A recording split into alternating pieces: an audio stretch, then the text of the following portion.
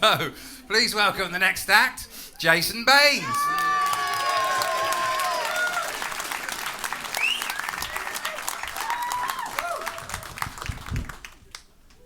Hello everybody. Hello. Thanks for turning up. I was walking down the street the other day and I bumped into a mate who I haven't seen for 20 years. 20 years ago I had long black wavy hair, I didn't keep a beard. Do you know what the guy says to me? He says, "Your head looks like a coconut which has fallen off the tree and has been sitting in the sand for 20 years and all the hair on it's turned white." Fucking charming, I thought. I'm Indian, not red.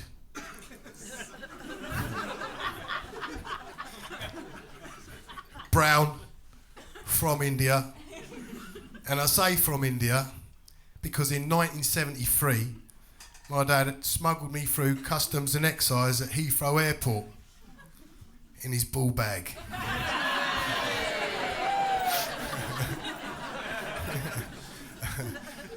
Primary school was hard for me.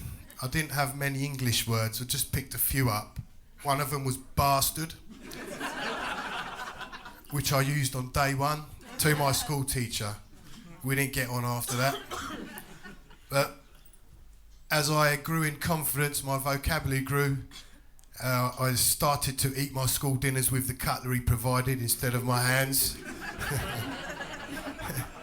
I grew more and more in confidence. I wanted to play football with the English lads. But I had a crappy pair of those old gym plimsolls, you know, the black ones you used to have. So I asked my mum for a new pair of trainers. She comes back the next day, she hands me a fucking box of high-tech Stradas. And no, I didn't get a game of football. I just got ridiculed for days and days. So I decided I'd try other things out in the playground. I tried a bit of skipping. That was fun.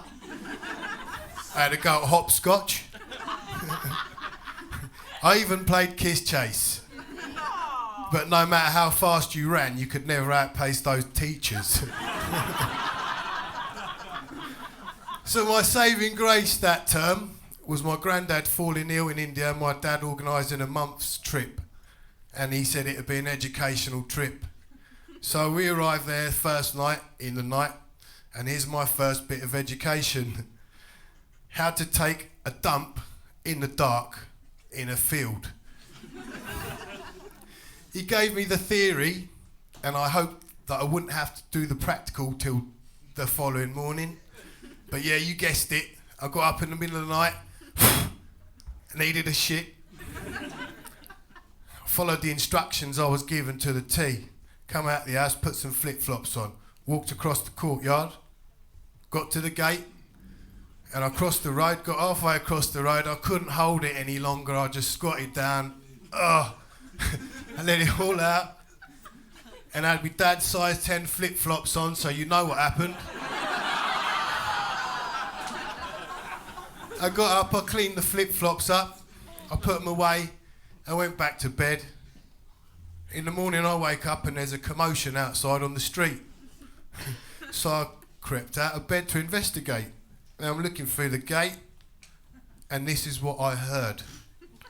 There was a crowd of people and 3 of them were squatted around the crime scene, investigating it.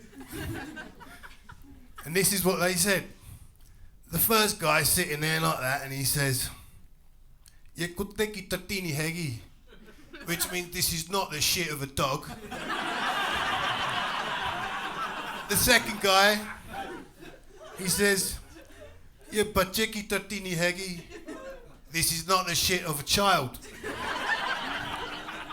And the third guy, "Ye pure aadmi ka kam hai," which means this is the work of a fully grown man. I'm busting myself through the gate watching these people investigating my shit. And that is just like the funniest thing on my first trip to India. The next day, I went out for a game of football. And in my high-tech trainers, it wasn't such a bad game of football. I was playing it every day. The other guys were playing in flip-flops mostly, so I was scoring hat-tricks left, right and centre. And so in the end, my granddad recovered from his illness. I came back with loads of training, and I came back to England, and it was cricket season then. I didn't play any cricket while I was over there. So I'm at a new term, it's new kids in the class, and I can hear them going, pick him. He's got to be Indian or Pakistani, he fucking must be good. And I'm thinking, don't fucking pick me. Don't fucking pick me. And you know what happens? I get picked up, my team's batting first, I lift the bat out, I go out for a duck. So, you shouldn't judge books by their cover. That's what I'm trying to say here, I think. And I think that's it for me today. Thank you for turning up once again. You've been great. Thank you. Bye-bye.